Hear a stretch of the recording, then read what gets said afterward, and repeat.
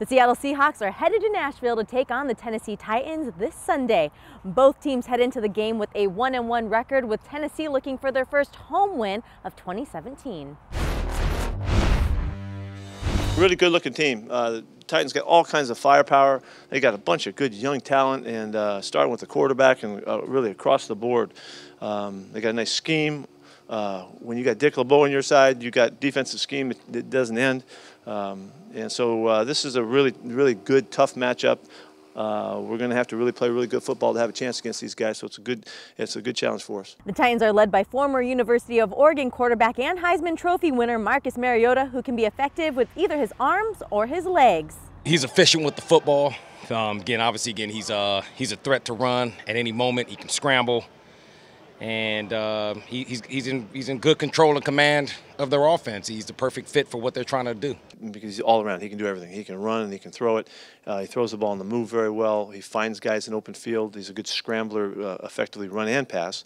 But he's an adept runner. He's real fast. He's under 4.5, so he's got the kind of speed that can really make you pay if you give him an opening.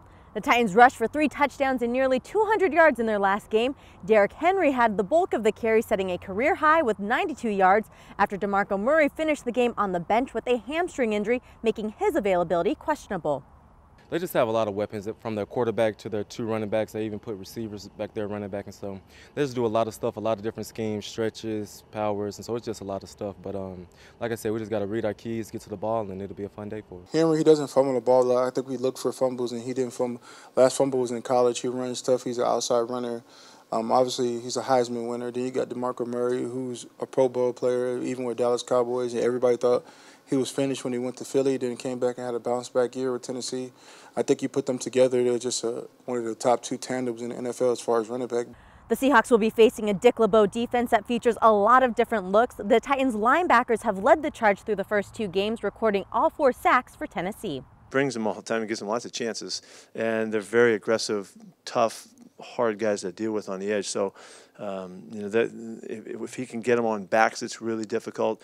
He looks to get you in mismatches and fool you with things, and so they get an edge and they take advantage of it. Guys really like, the outside backers really like playing his system. He really highlights them. When they end up going their nickel package, they can play it from 4 down, they can play it from 3 down.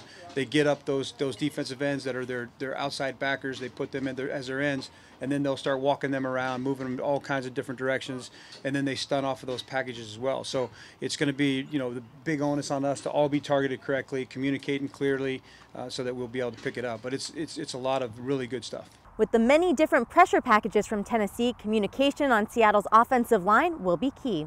Yeah, it's huge, especially going on the road. I think going on the road, playing on the road, and trying to go in a tough environment and win a big football game, it's always a challenge, and you have to be able to communicate, have great eyes, communicate with that, and making sure that we're on the same page. You want to have the communication the same every week, but sometimes you face opponents where they just have so many different variables in what they do, and you just have to study just a little bit more in different things and communicate that. So it's not a communications difference, just there's more on the plate.